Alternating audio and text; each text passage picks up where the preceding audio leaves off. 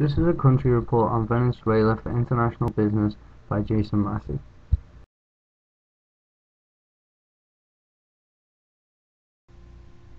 Venezuela is located in South America and is bordered by Brazil, Guyana, Colombia and the Caribbean Sea.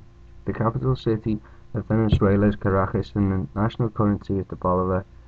90% of the population is Roman Catholic and the official language is Spanish. Around 85% of Venezuelans live in the northern part of the country. The Venezuelan population is very diverse and has a large portion of European immigrants. 69% of the population is considered mestizo, which means a mix of European, African and Amerindian ancestry. The culture has been shaped by the vast amount of immigrants that arrived in the mid-20th century from Europe. Venezuelan people are considered to be very social, who enjoy music, dancing and a great party. Due to the diversity of ethnic groups within the country, Venezuelan people are generally very welcoming to foreign visitors.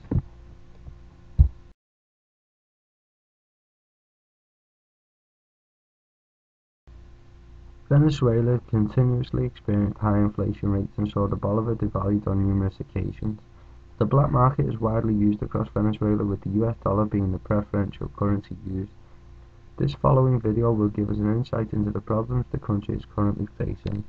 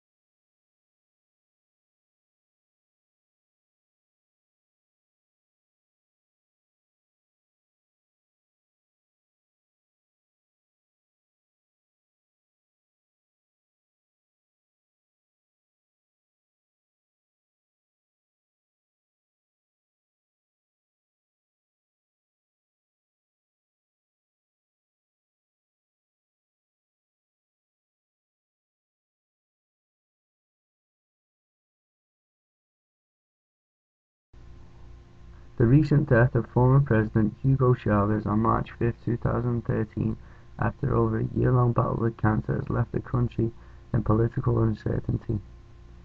Chavez was leader of the United Socialist Party of Venezuela and was elected in 1988.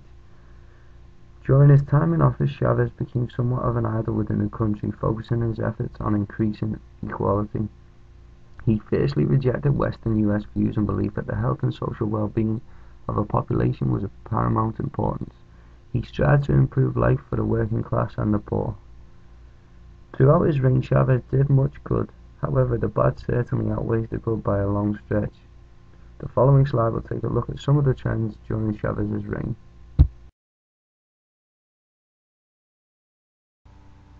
As you can see from the table, during his reign, Chavez managed to reduce the infant mortality rate from 17% in 2003 to 12.9% in 2011. He also increased secondary school enrollment by almost 15%. In addition, he reduced the population below the poverty line by 50%.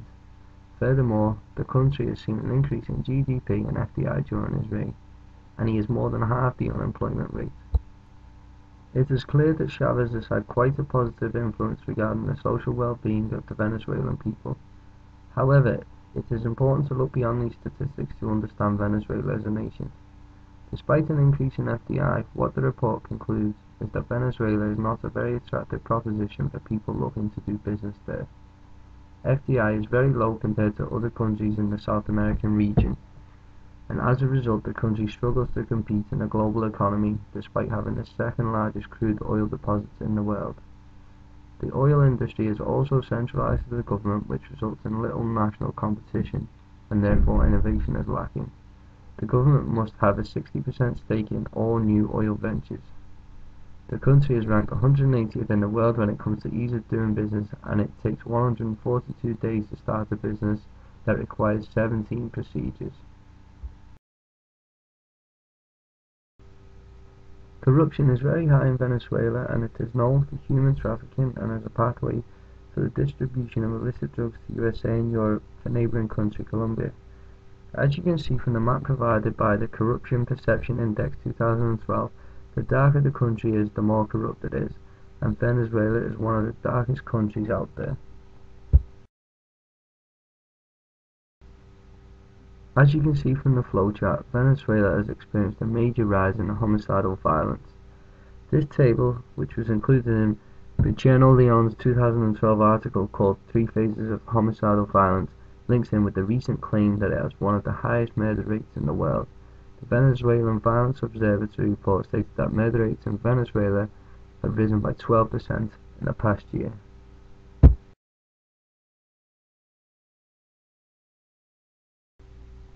Petrocaribe Energy Corporation agreement was made on June 29, 2005 by then-current President Hugo Chavez, with the aim of allowing less developed countries access to the high oil reserves belonging to Venezuela at reduced prices. It seems the agreement was made in order to boost the economy in both Latin America and the Caribbean, and reinforce Chavez's social mission of reducing inequality by providing less developed nations with the energy sources to develop in exchange for goods or at a reduced price.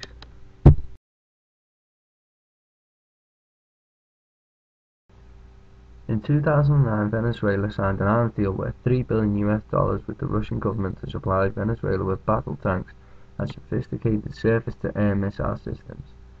The deal was made in order to counter what President Chavez claimed as a growing threat of US military aggression in the wake of the coup in Honduras, and the announcement of an agreement by Colombia to allow US forces to use their military bases. This deal was part of ongoing agreements between the two countries and prompted the proposal of an oil agreement. In 2008, President Chavez signed an oil agreement with Dmitry Medvedev, enabling joint ventures between Petróleos de Venezuela and a consortium of Russian oil companies. The agreement allowed Russia to explore for natural gas off western Venezuela. It seems the deal was made in order to boost the global economy without the help of westernized nations, such as the US and Canada. Once again, this deal is a firm statement that Venezuela refuses to do business with the Western world. The deal includes agreements to form new joint companies to carry out oil production, services and construction. All in all, the agreement was made to develop the country's vast reserves of crude oil, and to let the world know that they would not be influenced or controlled by the USA and other Western nations.